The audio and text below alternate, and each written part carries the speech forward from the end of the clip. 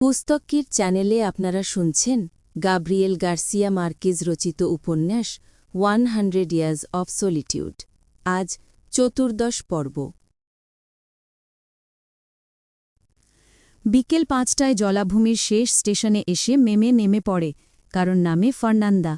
হাঁপানিতে ভোগা এক ঘোড়ার গাড়িতে চড়ে, যেটা দেখতে ছিল বিশাল এক বাদুড়ের মতো, পাড়ি দেয় জনশূন্য শহর, যেটার রাস্তা ছিল অন্তহীন সোরার কারণে ফাটল ধরা, যেখানে পিয়ানো অনুশীলনের আওয়াজ শোনা যাচ্ছিল, যেমনটি ফার্নান্দা শুনতে পেত বয়ঃসন্ধিকালে সিয়েস্তার সময়।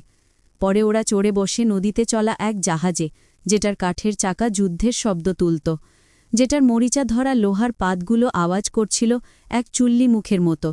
কেবিনের মধ্যে ঢুকে দরজা বন্ধ করে মেমে দিনে 2 বার ফার্নান্দা ওর বিছানার পাশে খাবার রাখত, আর দিনে 2 বার অস্পর্শ অবস্থায় নিয়ে যেত ওগুলো। মেমে যে না খেয়ে মরতে চায় সেজন্য নয়, বরং খাবারের গন্ধ তার কাছে অসহ্য লাগছিল। তার পাকস্থলী এমনকি পানিও সহ্য না করতে পেরে উগরে দিচ্ছিল। এমনকি সে নিজেও জানত না যে তার উর্বরতা শক্তি নির্বোধ বানিয়েছে সর্ষের ভাবগুলোকে, যেমনকি ফার্নান্দাও জানত না প্রায় 1 বছর যাবৎ, যতক্ষণ পর্যন্ত না বাচ্চাটাকে তার কাছে নিয়ে আসা হয়েছিল। দমবন্ধ করা কেবিনের ভেতর লোহার পাতের কাঁপুনিতে, জাহাজের চাকার ঘূর্ণনে তোড়পাড় করা কাদায়, অসহ্য গন্ধে পাগল হয়ে যাওয়া মেমে ভুলে যায় দিনক্ষণের হিসাব। যখন সে দেখতে পায় শেষ হলুদ প্রজাপতিকে ফ্যানের পাখায় লেগে ছিন্নবিচ্ছিন্ন হতে, তখন অনেক সময় পার হয়েছে, আর তখন সে অমোচনীয় সত্য হিসেবে ধরে নেয় মাউরিসিও ব্যাবিলনিয়ার মৃত্যুকে। কিন্তু সে হতাশার কাছে নিজেকে হার মানতে দেয় না। পৃথিবীতে আযাবৎ জন্ম নেবার সর্বশ্রেষ্ঠ সুন্দরীর খোঁজে, যেখানে আউরেলিয়ানো সেগুন্দো হারিয়ে গিয়েছিল সেই অলিক মালভূমিতে, খচ্চরের পিচে পার হওয়ার সময়, ইন্ডিয়ানদের চলার পথ ধরে পর্বতশ্রেণী পার হওয়ার সময়, 32টি গির্জায় অন্ত্যেষ্টিক্রিয়ার ব্রোঞ্জের ঘণ্টা বাজানো পাথুরে গলির সেই বিষণ্ন নগরীতে ঢোকার সময়ও সে চিন্তা করে চলে মাউরিসিও ব্যাবিলনিয়ার কথা। সেই রাতে ওরা ঘুমায় এক পরিত্যক্ত ঔপনিবেশিক ম্যানশনে, ফার্নান্দার পেতে দেওয়া তক্তায়, আগাছা দ্বারা আগ্রাসিত মেঝেতে, জানালার থেকে টেনে ছিঁড়ে নামানো ছেঁড়া পর্দা গায়ে জড়িয়ে, যেটা শরীরের প্রতিটি গড়াগড়ির সঙ্গেই ছিন্ন ভিন্ন হয়ে যাচ্ছিল। মেমে জানতে পারে সে কোথায় এসেছে, কারণ অনিদ্রার আতঙ্কের মধ্যে দেখতে পায় কালো পোশাক পরিহিত সেই ভদ্রলোককে, যাকে অনেক আগে বড়দিনের কিছু আগে এক শীষের কফিনে ভরে নিয়ে যাওয়া হয়েছিল বাড়িতে। পরের দিন ফার্নান্দা তাকে নিয়ে যায় এক ছায়াঘন দালানে, যেটাকে মেমে এক নজরেই চিনতে পারে, কারণ যে কনভেন্টে তাকে রানী হওয়ার শিক্ষা দেওয়া হয়েছে তার কথা অনেক গল্প করেছে তার মা, আর সে বুঝতে পারে তাদের ভ্রমণের সমাপ্তিতে এসে পড়েছে ওরা।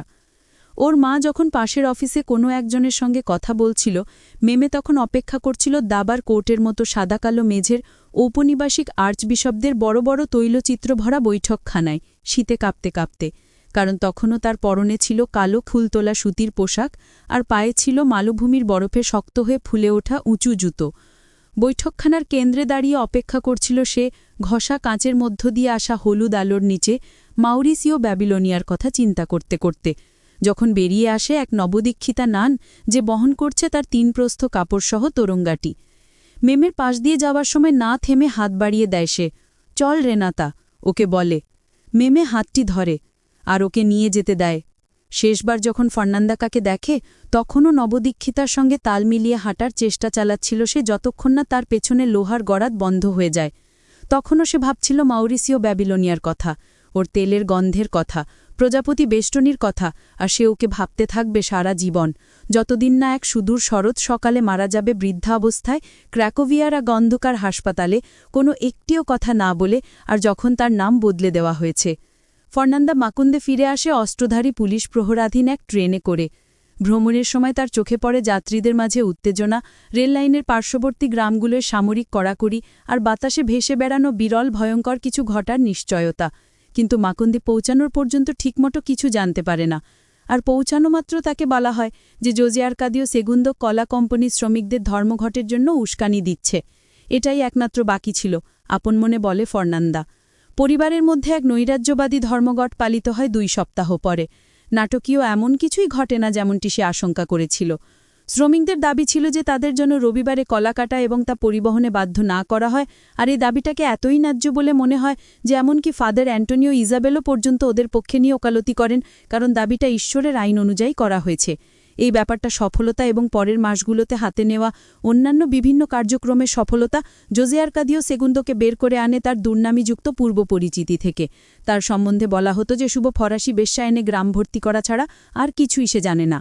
যে ঝোঁকের বর্ষবর্তী হয়ে সে তার লড়াইয়ামরো গানিলামে তুলে পাগলা সাহাজ ব্যবসায় নামে, সেই একইভাবে সে পদত্যাগ করে কলা কোম্পানির ফোরম্যানের চাকরি আর যোগ দেয় শ্রমিকদের পার্টিতে। শীঘ্রই সে চিহ্নিত হয় সামাজিক স্থিতির বিরুদ্ধে ষড়যন্ত্রকারী আন্তর্জাতিক চর হিসাবে। বিভিন্ন গুজবে অন্ধকার হয়ে আসা একটি সপ্তাহের এক রাতে গোপনে এক সমাবেশ থেকে বের হওয়ার সময় তার উদ্দেশ্যে ছোড়া রিভলভারের 4টি গুলির হাত থেকে অলৌকিকভাবে পালাতে সক্ষম হয় সে। পরের মাসগুলোতে পরিস্থিতি এতই উত্তেজনাপূর্ণ হয়ে পড়ে যেমনকি উর্সুলাও তার অন্ধকার কোণ থেকে বুঝতে পারে এবং তার মনে হয় সে আবার সেই সময় বাস করছে যেখানে তার ছেলে আউরেলিয়ানো পকেটে ধ্বংসের হোমিওপ্যাথিক গুলি নিয়ে বেড়াচ্ছে। এ ঘটনা জানানোর জন্য জোজে আর্কাদিও সেগুন্দের সঙ্গে কথা বলার চেষ্টা করে সে, কিন্তু আউরেলিয়ানো সেগুন্দো জানায় যে হামলার রাতের পর থেকে তার অবস্থানের কথা কেউ জানে না। ঠিক আউরেলিয়ানোর মতোই বিস্মিতময় কণ্ঠে বলে, উর্সুলা, পৃথিবীটা যেন ঘুরছে। এই সমস্ত দিনের অনিশ্চয়তা ফের্নান্দাকে স্পর্শ করে না। স্বামীর সঙ্গে পরামর্শ না করেই মেমের নির্বাসনের কারণে তুমুল ঝগড়া হয় তাদের মধ্যে। তারপর থেকে বাইরের জগতের সঙ্গে কোনো সম্পর্ক থাকে না তার। মেয়েকে উদ্ধারের জন্য প্রস্তুত ছিল আউরেলিয়ানো সেগুন্দো, এমনকি পুলিশ ব্যবহার করে হলেও, কিন্তু ফের্নান্দা তাকে কাগজপত্রে দেখায় যে মেমে নিজের ইচ্ছাতেই মঠে যোগ দিয়েছে।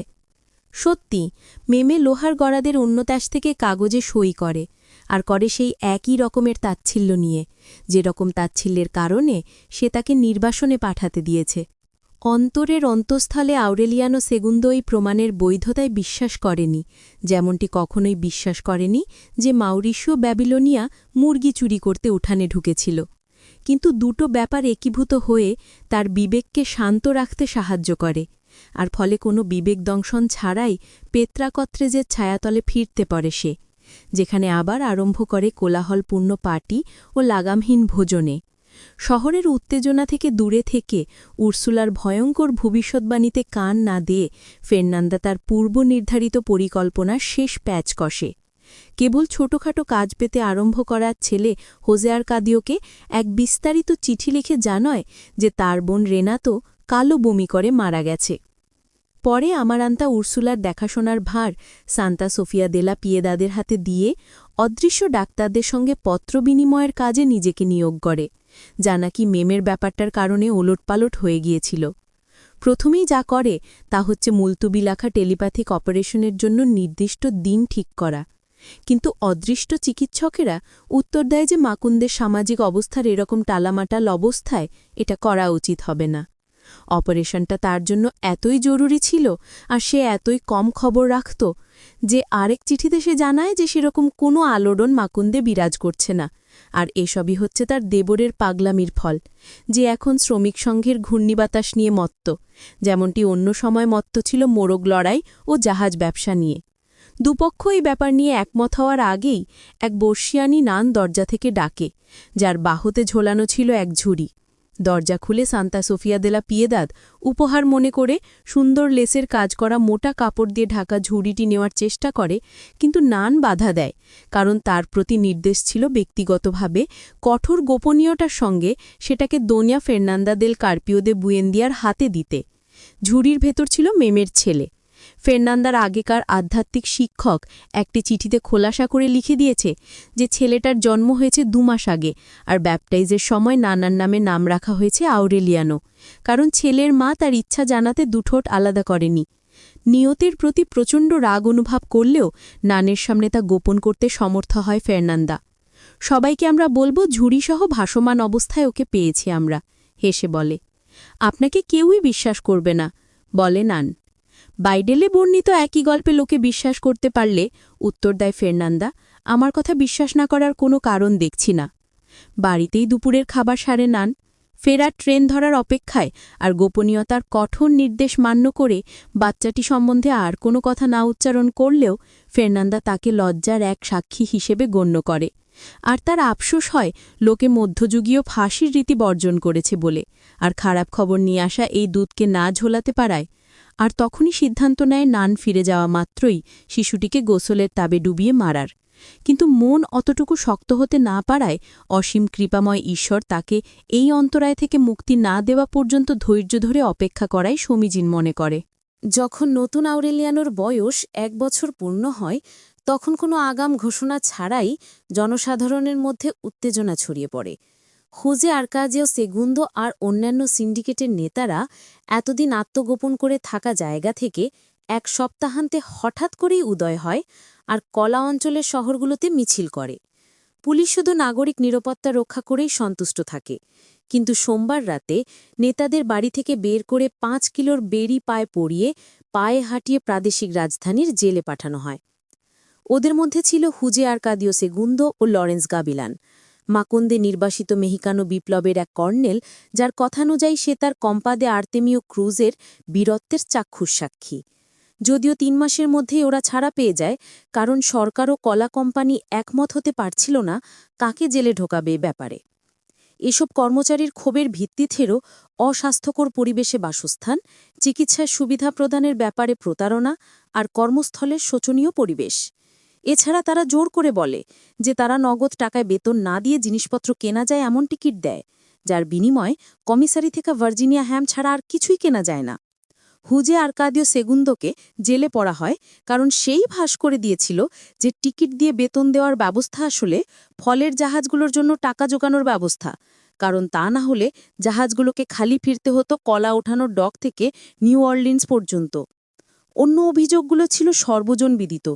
কোম্পানির ডাক্তাররা রোগীদের পরীক্ষা করত না, তার বদলে রোগীদের ডিসপেন্সারির সামনে লম্বা লাইনে দাঁড় করিয়ে এক নার্সকে দিয়ে তাদের জিভের ওপর কপার সালফেটের রঙের বড়ি দেওয়াত। তা ম্যালেরিয়া, গনোরিয়া বা কোষ্ঠকাঠিন্য যে রোগী হোক না কেন, সব রোগের বেলাতেই ছিল একই চিকিৎসা। চিকিৎসাটা এমন সাধারণভাবে করা হতো যে বাচ্চারা বারবার লাইনে দাঁড়িয়ে বড়ি না গিলে বাড়ি নিয়ে যেত লটারি খেলার গুটি হিসেবে ব্যবহারের জন্য। কোম্পানির কর্মচারীরা ছোট্ট ঘরে গাদাগাদি করে থাকত। কোম্পানির ইঞ্জিনিয়াররা শৌচাগার না বসিয়ে বড়দিনের সময় ভ্রাম্যমাণ টয়লেট ক্যাম্পে নিয়ে গিয়ে প্রতি 50 জন লোকের জন্য একটি করে দিয়ে কিভাবে সেটি ব্যবহার করলে দীর্ঘদিন সেটা টিকে থাকবে তার প্রদর্শনী করত। কালো পোশাক পরিহিত জরাইর আক্রান্ত অন্য সময় কর্নেল আউরেলিয়ানো বুয়েন্দিয়াকে ঘিরে থাকা উকিলরা কলা কোম্পানির আইনগত প্রতিনিধি, আর তারা এইসব দাবি এমন সব যুক্তির সঙ্গে বাতিল করে দিত যে সেটাকে মনে হতো জাদুর খেলা। যখন শ্রমিকের এক সর্বসম্মত দাবির তালিকা দাঁড় করায়, সেটাকে কলা কোম্পানির কাছে আনুষ্ঠানিকভাবে জানাতে প্রচুর সময় লেগে যায়। এই সর্বসম্মত দাবির কথা জানার সঙ্গে সঙ্গেই সিনিয়র ব্রাউন তার কাঁচের ওয়াগনটা ট্রেনের সঙ্গে জুড়ে দিয়ে আরও কিছু কোম্পানির বহুল পরিচিত প্রতিনিধিদের নিয়ে একসঙ্গে মাকন্দ থেকে উধাও হয়। অবশ্য পরের শনিবার কয়েকজন শ্রমিক বেশ্যালয়ে গিয়ে এক মেয়েকে দিয়ে ফাঁদে ফেলে উলঙ্গ অবস্থায় তাকে দিয়ে দাবির কাগজটায় সই করিয়ে নেয়। বিষণ্ণ উকিলের দল বিচারকের কাছে প্রমাণ করে যে সই করেছে তার সঙ্গে কোম্পানির কোনো সম্পর্কই নেই, আর যাতে কোনো সন্দেহ সৃষ্টি না হয় তার জন্য তাকে প্রতারক হিসেবে জেলে ভরা হয়। পরে ট্রেনে 3য় শ্রেণীতে বেনামে ভ্রমণকৃত সিনিয়র ব্রাউন ধরা পড়ে যায় শ্রমিকদের কাছে, আর তাকে দিয়ে আবার দাবির অন্য এক অনুলিপিতে স্বাক্ষর করানো হয়। সে পরের দিন বিচারকদের সম্মুখে হাজির হয় চুলে কালো কলপ লাগিয়ে ও নিখুঁত কাস্তেইয়ানো স্প্যানিশ বলে। উকিলরা প্রমাণ করে যে সেই লোক অ্যালাবামার গ্যাটাভিলে জন্মগ্রহণকারী কলা কোম্পানির সুপারিনটেন্ডেন্ট নয়, বরং মাকন্দে জন্মগ্রহণকারী এক নিরীহ ভেষজ গাছগাছড়ার বিক্রেতা, যাকে ব্যাপটাইজ করা হয়েছিল দাগোবের্তো ফনসেকা নামে। কিছুদিন পর শ্রমিকদের নতুন এক প্রচেষ্টার ফলে উকিলরা জনসমক্ষে প্রদর্শন করে কনসুল ও বিদেশমন্ত্রীকৃত সত্যাহিত সিনিয়র ব্রাউনের মৃত্যু সনদ, যেটা অনুযায়ী সে মারা গেছে গত জুনের 9 তারিখে শিকাগোতে দমকল বাহিনীর গাড়ি চাপা পড়ে। এইসব বাজে প্রলাপে ক্লান্ত হয়ে শ্রমিকেরা মাকন্দের কর্তৃপক্ষকে বাতিল করে উচ্চতর আদালতে তাদের দাবি তুলে ধরে। সেখানেই আইনের জাদুকররা প্রমাণ করে এই সমস্ত দাবির কোনো সত্যিকার ভিত্তি নেই, কারণ কলা কোম্পানির কোনো শ্রমিক নেই, কোনো দিন ছিল না এবং ভবিষ্যতেও থাকবে না। বরং যারা সেখানে কাজ করে তারা সবাই অস্থায়ী কর্মী। তাহলে ভার্জিনিয়া হ্যামের কথা, জাদুকরি বড়ির কথা, বড়দিনের পবিত্র শৌচাগারের কথা সবই ভিত্তিহীন হয়ে পড়ে, আর সেটাই আদালতের হুকুমে প্রতিষ্ঠিত হয়ে যায়, আর প্রতিষ্ঠিত হয় শ্রমিকদের অস্তিত্বহীনতার। আরম্ভ হয় মহাধর্মঘট। চাষবাস পড়ে থাকে অসমাপ্ত, ফল পচতে থাকে গাছে, আর 120 ব্যাগন ট্রেন পড়ে থাকে রেললাইনের বিভিন্ন শাখা প্রশাখায়। বেকার শ্রমিকে উপচে পড়ে শহরটা। তুর্কদের রাস্তায় সম্মিলিত চিৎকার প্রতিধ্বনিত হয়। অনেক দিনের মধ্যে এক শনিবার আর হোটেল জেকবের বিলিয়ার্ড রুমগুলোতে ২৪ ঘন্টার শিফট চালু হয়। যেদিন ঘোষণা করা হয় জনসাধারণের মধ্যে শৃঙ্খলা ফিরিয়ে আনার দায়িত্ব সামরিক বাহিনীর হাতে দেওয়া হয়েছে, সেদিন হুজে আর্কাদিও সেগুন্দো ওখানেই ছিল। যদিও সে পূর্ববোধ অনুভবের মানুষ নয়, তবু ওর জন্য সেটা যেন মৃত্যুর ঘোষণা, যার জন্য অপেক্ষায় করেছিল সে সুদূর অতীতের সেই সকাল থেকে, যে সকালে কর্নেল হেরিনেলদো মার্কেজ ওকে মৃত্যুদণ্ড দেখানোর সুযোগ করে দিয়েছিল। অবশ্যই অশুভ সংকেতটা তার গাম্ভীর্যে কোনো পরিবর্তন আনে না। পূর্ব পরিকল্পনা অনুযায়ী সে নির্ভুলভাবে বিলিয়ার্ডদের কিউ বলটাকে খেলে। খানিক পর ড্রামের শব্দ, বিউগেলের তীব্র আওয়াজ, লোকের চিৎকার আর অনেক লোকের দৌড়াদৌড়ির শব্দ ওকে জানায় যে শুধু বিলিয়ার্ড খেলাই যে শেষ হয়েছে তা নয়। নিঃশব্দে একাকী যে খেলাটা সে খেলে আসছিল মৃত্যুদণ্ডের উষা থেকে, সেটারও শেষ পর্যন্ত সমাপ্তি ঘটেছে। মোট ৩ রেজিমেন্ট ছিল ওরা, আর গ্যালি ড্রামের শব্দে করা মার্চ মাটি কাঁপিয়ে দিচ্ছিল। ওদের অসংখ্য ড্রাগনের নাক থেকে বেরোনো বিশ্রী গন্ধের বাষ্প দুপুরের নির্মলতাকে ভরিয়ে দিচ্ছিল। ওরা ছিল ছোটখাটো গাট্টাগোট্টা রুড়ো, ঘোড়ার মতন ঘামত, রোদে পোড়া বলে এক ধরনের শুকনো চামড়ার গন্ধ বেরোত গা থেকে। আর ওদের ছিল পাহাড়ি মানুষের মৌনতা ও অভেদ্য অধ্যবসায়। যদিও জায়গাটা পার হতে ওদের ১ ঘন্টার বেশি সময় লাগে, তবু মনে হতে পারত যেন সামান্য কিছু স্কোয়াড বৃত্তাকারে মার্চ করছে। কারণ ওরা সবাই একই রকম, একই মায়ের গর্ভে জন্ম এবং একই বদ্ধতা নিয়ে বয়ে চলেছে হ্যাবারস্যাক, ক্যান্টিন, বেয়নেট সমেত বন্দুকের লজ্জা, অন্ধবশ্যতার অস্বস্তি ও সম্মানবোধ। উর্সুলা ওদের শুনতে পা তার ছায়ান্ধকার বিছানা থেকে, আর হাত তোলে ক্রোস আঁকতে। সদ্য ইস্ত্রি করা নকশা করা খাবার টেবিলের চাদরে ভর দিয়ে ক্ষণকের জন্য থমকে দাঁড়ায় শান্তা সোফিয়া দেলা পিয়েদাদ, আর চিন্তা করে ছেলে হুজে আর্কাদিও সেগুন্দোর কথা, যে তখন হোটেল জেকবের সামনে দিয়ে শেষ সৈনিকটিকে চলে যেতে দেখছে। সামরিক আইন এই বিরোধে মধ্যস্থতা করার সুযোগ করে দেয় সেনাবাহিনীকে, কিন্তু ওরা সমঝোতা ঘটানোর কোনো চেষ্টাই করে না দুপক্ষের মাঝে। মাকুন্দে মুখ দেখানো মাত্রই বন্দুক একপাশে সরিয়ে রেখে কলা কেটে বোঝাই করে ট্রেন চালিয়ে দেয়। শ্রমিকেরা, যারা এযাবৎ অপেক্ষা করেই সন্তুষ্ট ছিল, তারা নিজেদের একমাত্র কাজের হাতিয়ার মাচেতে, বড় কাস্তে নিয়ে টিলায় ঢুকে অন্তর্ঘাতের বিরুদ্ধে অন্তর্ঘাতে নেমে পড়ে। আগুন জ্বালিয়ে দেয় কলা বাগানে ও রসদের দোকানে, ধ্বংস করে রেলপথ, বাধা সৃষ্টি করে সেই সব রেল চলায় যে রেলগুলো মেশিনগানের গুলি ছুঁড়ে পথ করে নেওয়া শুরু করেছিল, আর কেটে দেয় টেলিফোন ও টেলিগ্রাফের তার। সেচের খালগুলো রক্তে লাল হয়ে ওঠে।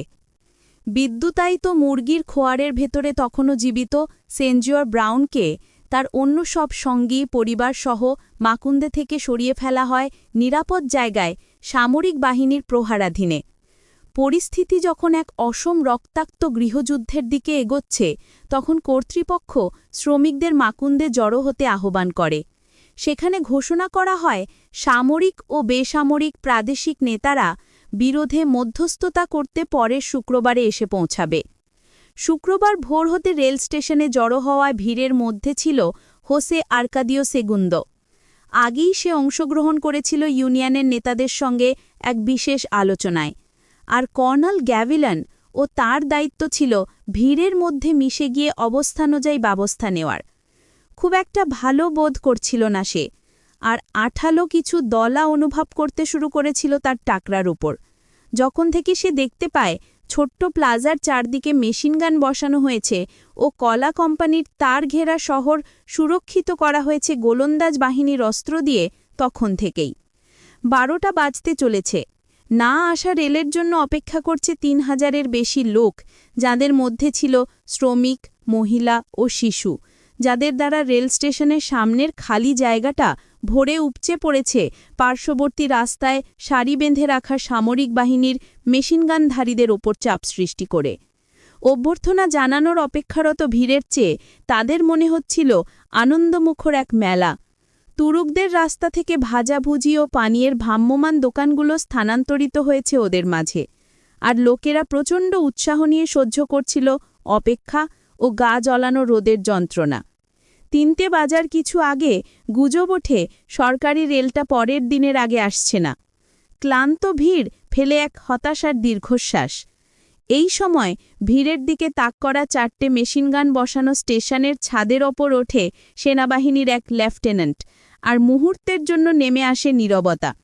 হোসে আর্কাদিও সেগুন্দোর পাশে ছিল 4 ও 7 বছরের শিশুসহ খালি পায়ে দাঁড়ানো এক ভীষণ মোটা মহিলা, যে ওকে না চিনলেও ছোট ছেলেটাকে কোলে তুলে নিয়ে অন্যটাকে উঁচু করে তুলে ধরতে বলে মহিলা হোসে আর্কাদিওকে, যাতে ভালো করে শুনতে পারে যা বলা হবে, আর ছেলেটাকে কাঁধে নিয়ে নেয় হোসে আর্কাদিও সেগুন্দো।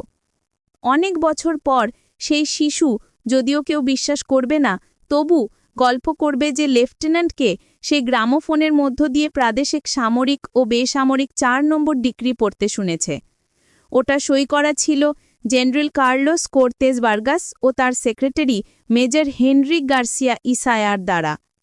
আর 80 শব্দের 3 ধারায় ধর্মীদের দুষ্কৃতিকারী দল বলে ঘোষণা করা হয়, আর সেনাবাহিনীকে গুলি করে মারার ক্ষমতা দেওয়া হয়। কানে তালা লাগানো শীষের মধ্য দিয়ে ডিক্রিটা পড়া শেষ হলে স্টেশনের ছাদে লেফটেন্যান্টের জায়গা দখল করে ক্যাপ্টেন ও গ্রামোফোনের চোঙা দিয়ে ইশারা করে যে সে কিছু বলতে চায়। নিঃশব্দ হয়ে যায় জনতা। ভদ্র মহিলা ও ভদ্র মহাদয়গণ বলে ক্যাপ্টেন খানিকটা ক্লান্ত নিচু স্বরে ধীরে ধীরে জায়গা ত্যাগ করার জন্য 5 মিনিট সময় দেওয়া হচ্ছে। শীষ ও দ্বিগুণ চিৎকারের চাঁপা পড়ে যায় নির্ধারিত সময় আরম্ভের বিউগলের আওয়াজ। কেউ নড়ে না। 5 মিনিট পার হয়ে গেছে, একই স্বরে বলে ক্যাপ্টেন। আর 1 মিনিট, তারপরই গুলি শুরু হবে। বরফ শীতল ঘাম নিয়ে হোসে আর্কাদিও সেগুন্দো শিশুটিকে কাঁধ থেকে নামিয়ে মহিলাকে দেয়। বেজন্মারা গুলিও চালাতে পারে, বিড়বিড় করে মহিলা। কথা বলার সময় পায় না হোসে আর্কাদিও সেগুন্দো, কারণ একই সময়ে মহিলার বলা কথার প্রতিধ্বনি তুলে চিৎকার করে বলা কর্নেল গাবিলানের কর্কশ কণ্ঠস্বর মুহূর্তেই চিনতে পারে সে।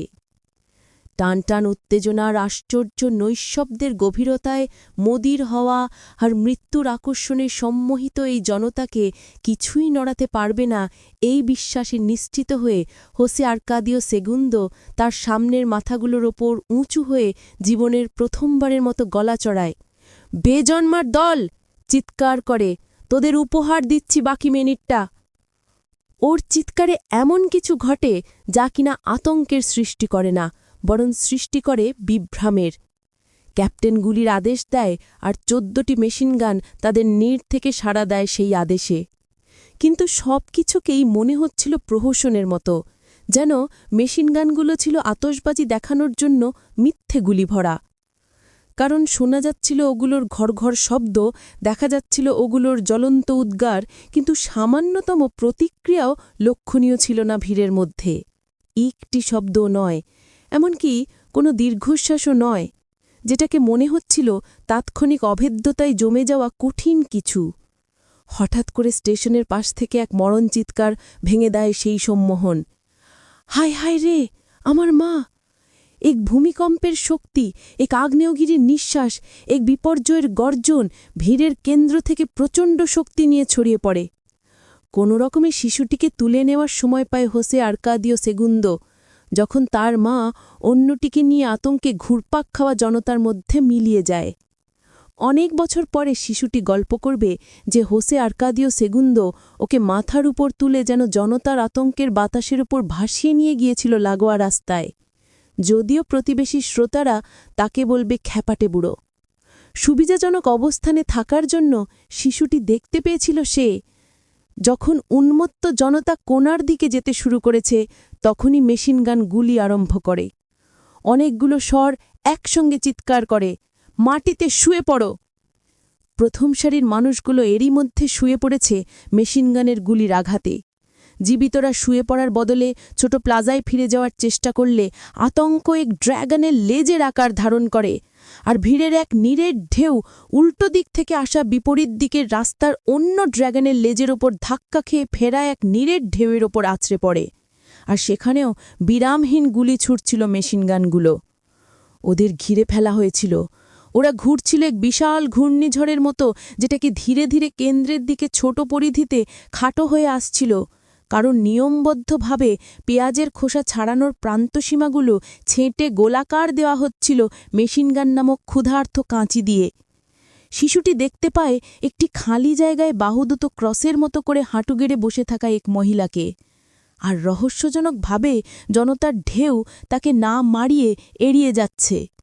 সেখানেই হোসে আর্কাদিও সেগুন্দো ওকে নামায়, রক্তাক্ত মুখ থুবড়ে মাটিতে পড়ার মুহূর্ত আগে।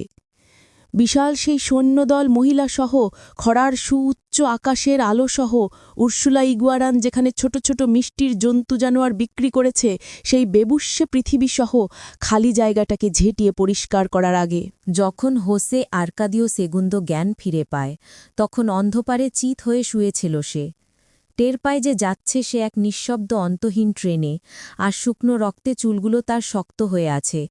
ব্যথা করছে সারা শরীর। অদম্য এক ঘুমের ইচ্ছা জাগে তার।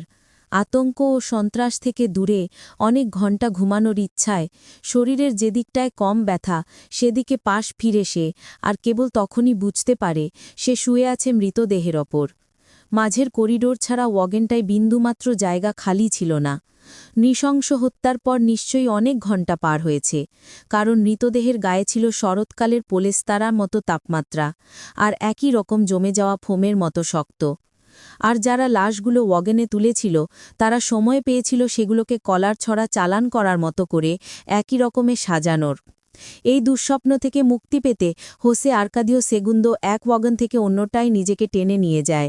যেদিকে ট্রেন ছুটছিল সেই দিকে, আর কাঠের ফালের ফাঁক দিয়ে ঘুমন্ত শহরগুলো পার হওয়ার সময় বিদ্যুৎ চমকের মতো ঝলকে আসা আলোয় দেখতে পায় মৃত পুরুষ, মৃত মহিলা, মৃত শিশু, যাদের পচে যাওয়া কলার মতো ছুঁড়ে ফেলা হবে সমুদ্রে।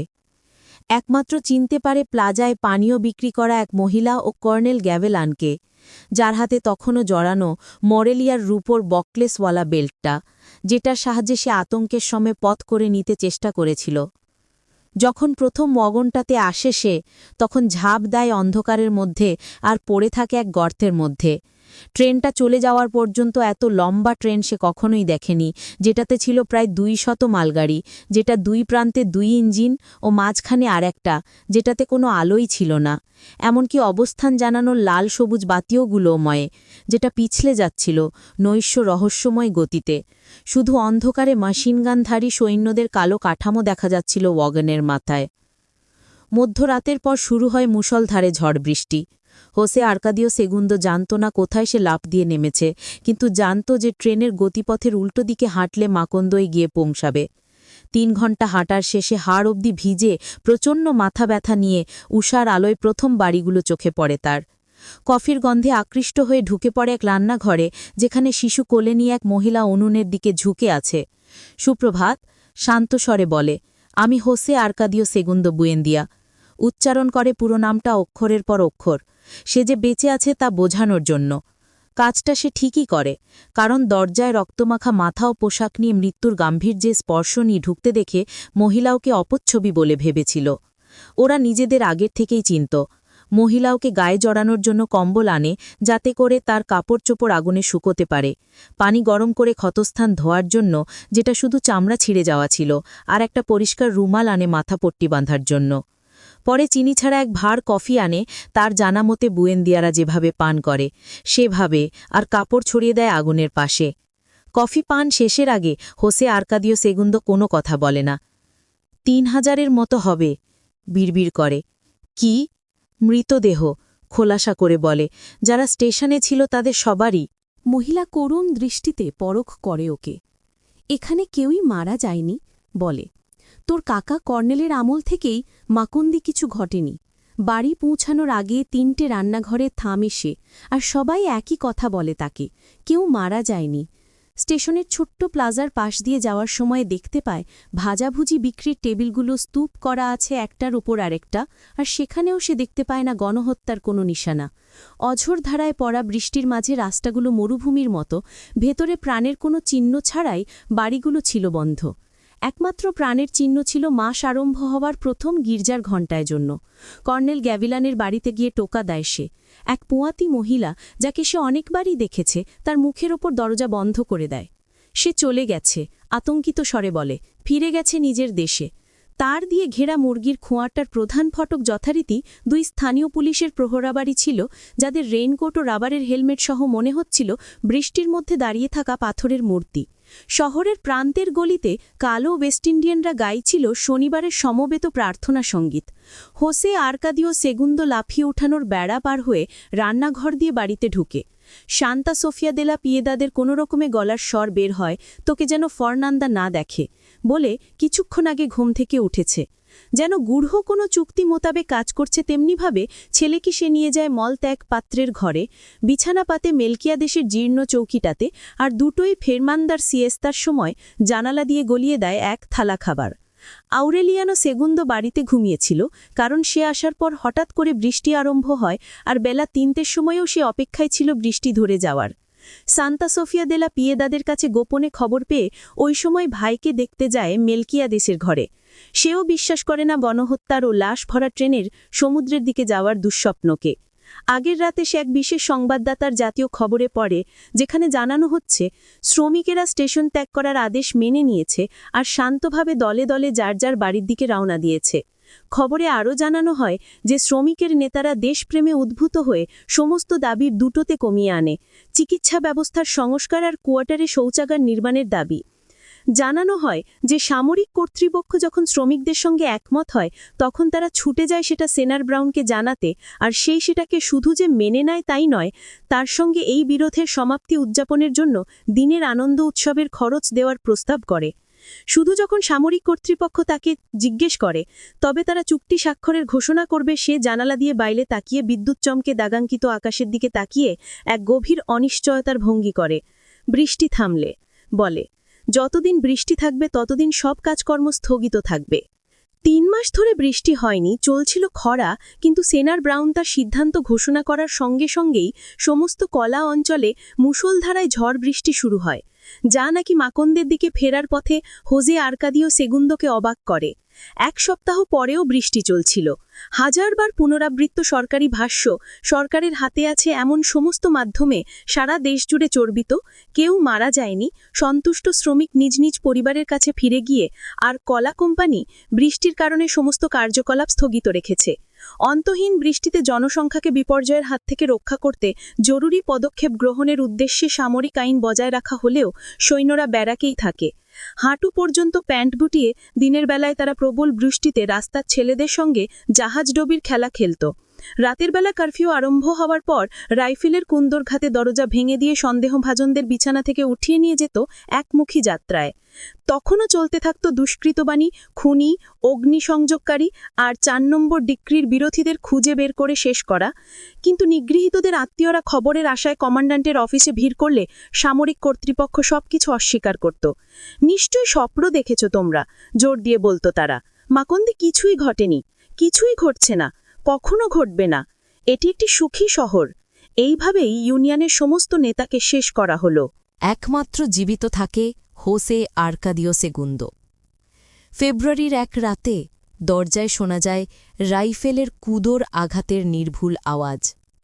বৃষ্টি থামার অপেক্ষারত আউরেলিয়ানো সেগুন্দো দরজা খুলে দেয় এক কমান্ডারের অধীনে ৬ সৈন্যকে।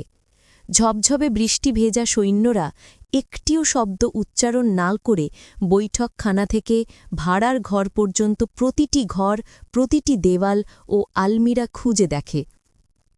উর্সুলা জেগে ওঠে ঘরে আলো জ্বালাতে, আর তল্লাশির সময়টাতে সে একটিও নিঃশ্বাসও ত্যাগ করে না, কিন্তু আঙুলে ধরে রাখে ক্রস চিহ্ন। সৈন্যরা যেদিকে যায় সেই দিকেই ক্রসটাকে সে নির্দেশ করে। সান্তা সোফিয়া দেলা পিয়েদাদ মেলকিয়াদেজের ঘরে ঘুমানো হোসে আর্কাদিও সেগুন্দোকে সতর্ক করে দিতে পারলেও সে বুঝতে পারে পালানোর চেষ্টার জন্য তখন যথেষ্ট দেরি হয়ে গেছে। কাজেই সান্তা সোফিয়া আবার দরজা বন্ধ করলে সে জামা জুতো পরে বিছানায় বসে ওদের আসার অপেক্ষায়। সেই সময় ওরা তল্লাশি চালাচ্ছিল রৌপ্যশালায়।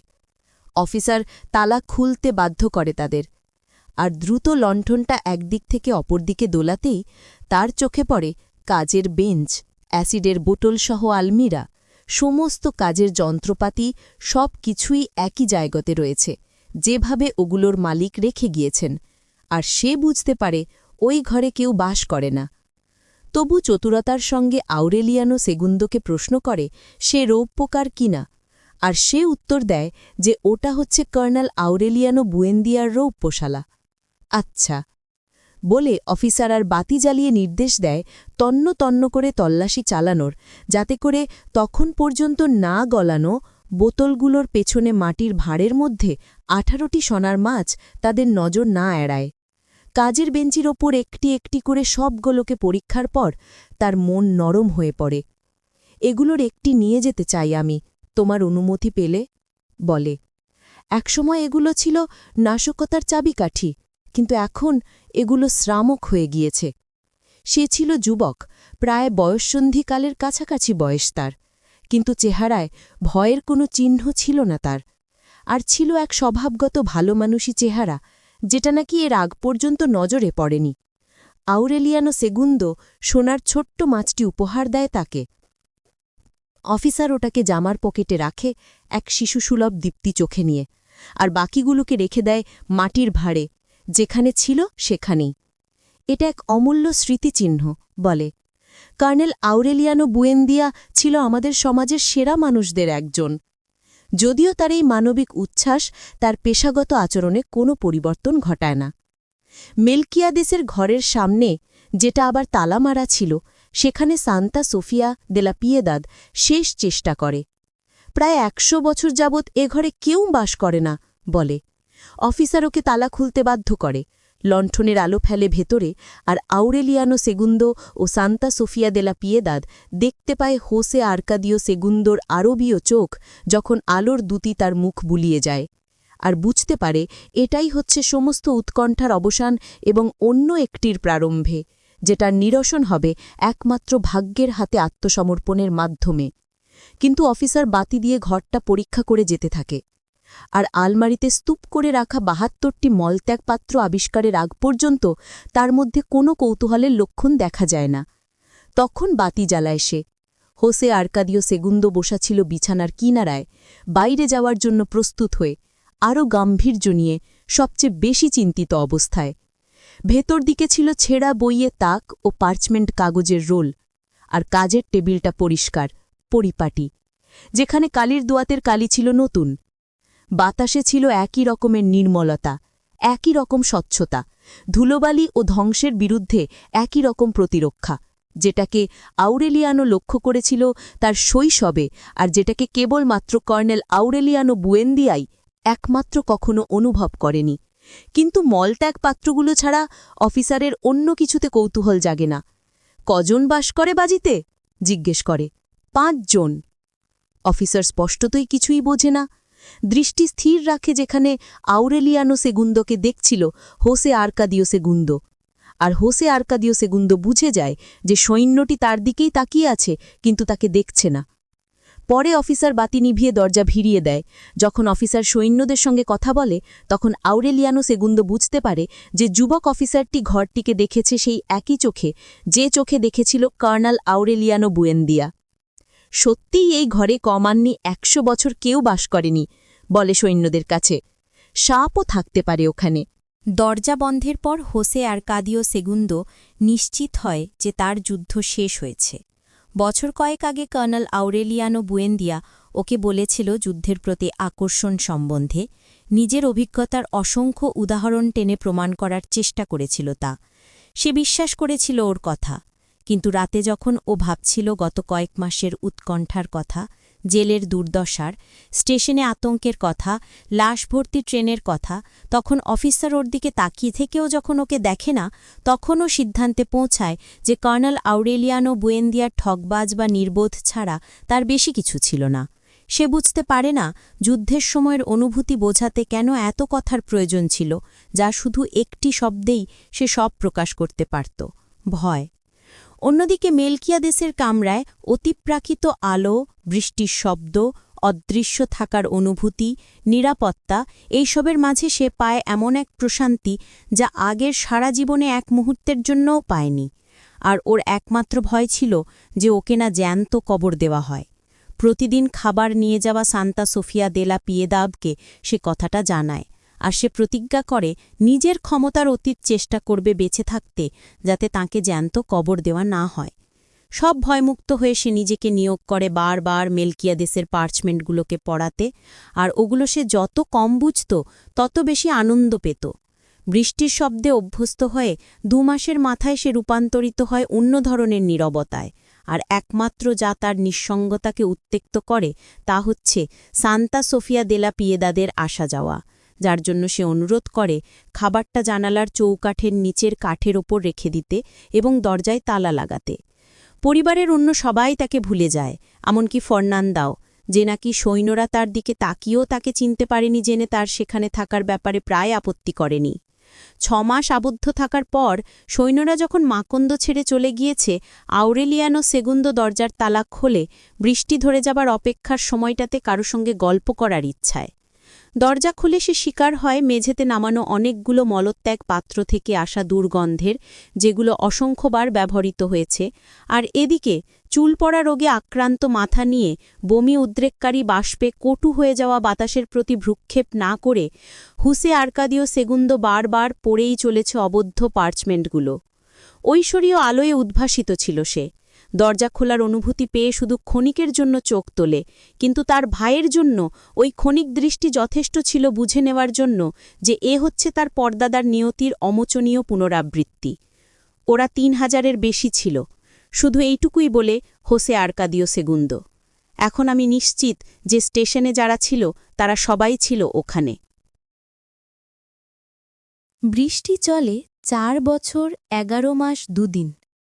গুড়ি গুড়ি বৃষ্টির কিছু সময় এসেছিল যখন সবাই ঢোলা যাজকীয় পোশাক পরে বৃষ্টি ধরে আসাটাকে উদযাপন করার জন্য অসুখ থেকে আরোগ্য লাভের মতো চেহারা করলেও শিগগিরই তারা বুঝতে পারে যে এই বিরতিগুলো হচ্ছে আবার কয়েকগুণ বেগে বৃষ্টি নামার পূর্ব ঘোষণা। প্রচণ্ড ঝড়ে আকাশ ভেঙে পড়ত। উত্তর থেকে পাঠানো ঘূর্ণিঝড় ঘরের চাল উড়িয়ে নিয়ে দেয়ালগুলো করে ধ্বংস, আর শিকড়শুদ্ধ উপড়ে ফেলে আবাদের শেষ কলাগাছটিকেও। মনে পড়ে যায় উর্সুলার সেই কথা, যেমনটি ঘটেছিল অনিদ্রা মহামারীর সময়। খোদ বিপর্যয় প্রতিরোধ গড়ে তুলেছিল একঘেয়েমির বিরুদ্ধে। অলসতায় যাতে ভেঙে না পড়ে তার জন্য যারা সবচেয়ে বেশি কাজ করেছিল তাদের মধ্যে একজন ছিল আউরেলিয়ানো সেগুন্দো।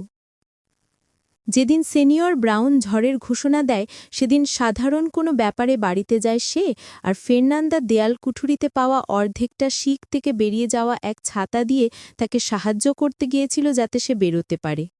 দরকার নেই বলে সে, ঝড় থামা পর্যন্ত এখানেই থাকব আমি। অবশ্যই এটা কোনো ধনুর্ভঙ্গ পণ ছিল না, কিন্তু আক্ষরিক অর্থেই সেটাকে পালন করে চলে সে। তার কাপড়চোপড় পেত্রাকতেসের বাড়িতে থাকায় প্রতি 3 দিন অন্তর পরনের কাপড় খুলে শুধু জাঙ্গিয়া পরে অপেক্ষা করত ওগুলো ধোয়ার জন্য। একঘেয়েমি কাটাতে বাড়ির বিভিন্ন খুঁত মেরামতের কাজে লেগে পড়ে সে। কবজাগুলোকে পুনর্বিন্যস্ত করে, তালাগুলোতে তেল দেয়, দরজার কড়ায় স্ক্রু আটে আর চৌকাঠ লেভেল করে। অনেক মাস যাবৎ, সম্ভবত হোসে আর্কাদিও বোয়েন্দিয়ার সময় জিপসিদের ভুলে ফেলে যাওয়া যন্ত্রপাতির এক বাক্স হাতে ঘোরাঘুরি করতে দেখা যায় তাকে, আর কেউই বুঝতে পারে না যে তার অনিচ্ছাকৃত ব্যায়ামের কারণে শীতকালীন ক্লান্তিতে নাকি বাধ্যকৃত উপোসের ফলে তার পেটটা চুপসে গিয়ে শুধু চামড়ায় পরিণত হয়। ভোজনতৃপ্ত কচ্ছপের মাথাটার রক্তাভা কমে আসে, গলার নিচের ঝোলা মাংস আর তেমন চোখে পড়ে না। সর্বশেষে শরীরের সব জায়গার স্থূলত্ব কমে আসে, আর পুনরায় সে নিজের জুতোর ফিতে বাঁধতে পারে। তাকে দরজার হুড়কো ঠিক করতে দেখে ও ঘড়িগুলো খুলে ফেলতে দেখে ফের্নান্দার মনে প্রশ্ন জাগে, কর্নেল আউরেলিয়ানো বোয়েন্দিয়ার মতো সেও সোনার মাছ গলিয়ে পুনরায় তৈরির, বা আমারান্তার সবাচ্ছদনের কাপড়ে বোতাম খোলাও লাগানোর, বা হোসে আর্কাদিও সেগুন্দোর পার্চমেন্ট বারবার পড়ার, অথবা উর্সুলার স্মৃতি নিয়ে খেলার মতো তাকেও একইভাবে একই জিনিস ভেঙে আবার গড়ার বদ অভ্যাসে পেয়েছে কিনা। সমস্যা হলো বৃষ্টি সবকিছুই নষ্ট করে ফেলত। সবচেয়ে শুষ্ক মেশিনেও প্রতি 3 দিন অন্তর তেল দেওয়া না হলে গিয়ারের মধ্যে ফুল গজাত, মরিচা ধরত রেশমি পোশাকে সুতোয়, আর ভেজা পোশাকে গজাত জাফরান রঙের ছত্রাক। আবহাওয়ায় এতই আর্দ্রতা ছিল যে মাছেরা দরজা দিয়ে ঢুকে ঘরের বাতাসে ভাসতে ভাসতে জানালা দিয়ে বেরিয়ে যেতে পারত। আনন্দঘন এক মূর্ছার মধ্য দিয়ে মৃত্যুবরণ করছে এমন এক অনুভূতি নিতে এত সকালে জেগে ওঠে উর্সুলা, আর সে সবাইকে বলে যে তাকে খাটিয়ায় শুয়েও হলে যেন ফাদার আন্তোনিও ইসাবেলের কাছে নিয়ে যাওয়া হয়। যখন সান্তা সোফিয়া দেলা পিয়েদাদ তাকে দেখতে পায় তখন তার পিচ বীজ ঢালা রাস্তার মতো জোঁক দিয়ে ভরে গিয়েছে। একটা একটা করে ছাড়িয়ে নিয়ে আগুনে ফেলে ওগুলোকে মারা হয় সমস্ত রক্ত শুষে শেষ করে ফেলার আগেই। বাড়ির ভেতরে খাল কাটার প্রয়োজন পড়ে পানি সরানোর জন্য, যাতে করে ব্যাঙ আর শামুকগুলোকে মেঝে থেকে সরানো যায় আর খাটের পায়ে থেকে ইঁট সরিয়ে আবার জুতো পায়ে হাঁটা যায়। বিভিন্ন ছোটখাটো মনোযোগ দেওয়া প্রয়োজন এমন ব্যাপার নিয়ে ব্যস্ত থাকায় অউরেলিয়ানো সেগুন্দো বুঝতে পারে না যে সে বুড়ো হয়ে যাচ্ছে। যে বিকেলে দোল চেয়ারে বসে দ্রুত ঘনিয়ে আসা সন্ধেটাকে তাকিয়ে দেখছিল আর পেত্রা কতেসের কথা ভাবছিল কোনো রকম উত্তেজনা বোধ না করেই। ফের্নান্দার নীরস শরীরের পাশে ফিরে যেতে কোনো অসুবিধাই ছিল না তার। বয়স বাড়লেও রূপ যাকে ছেড়ে না গিয়ে পরিপূর্ণতা দিয়েছে, কিন্তু বৃষ্টি তাকে মুক্তি দিয়েছে সব কামতাড়না থেকে, আর ওর ভেতর ঢুকিয়ে দিয়েছে এক প্রশান্তি যেটা নাকি শুষে নেয় সব ধরনের ক্ষুধা। সে চিন্তা করতে থাকে, এই 1 বছর ধরে ঝরতে থাকা বৃষ্টি অন্য সময় হলে সে কি করতে পারত। পুস্তক কিট চ্যানেলে আপনারা শুনছিলেন গ্যাব্রিয়েল গার্সিয়া মার্কেজ রচিত উপন্যাস 100 ইয়ার্স অফ সলিটিউড, আজ চতুর্দশ। আপনারা সকলে ভালো থাকবেন, আশেপাশের সকলকে ভালো রাখবেন।